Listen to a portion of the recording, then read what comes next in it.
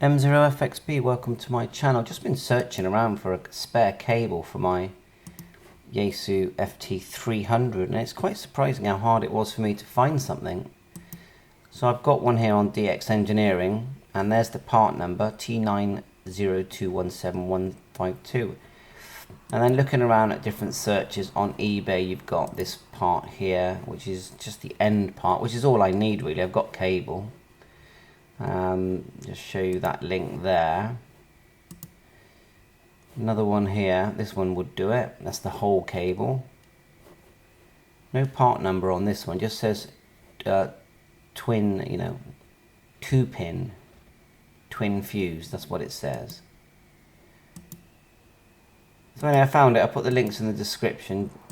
So the main thing is, like, you've got other type cables for YAESU that are twin pin. If we look here, scroll down, very quickly you'll find this style here. And these are the very common ones that you can find, I think, from older radios. But the newer FTM300 pin looks more like this. Thought I'd show you because it took me quite a while to find the part number, which is this. 73, thanks for watching, all the best.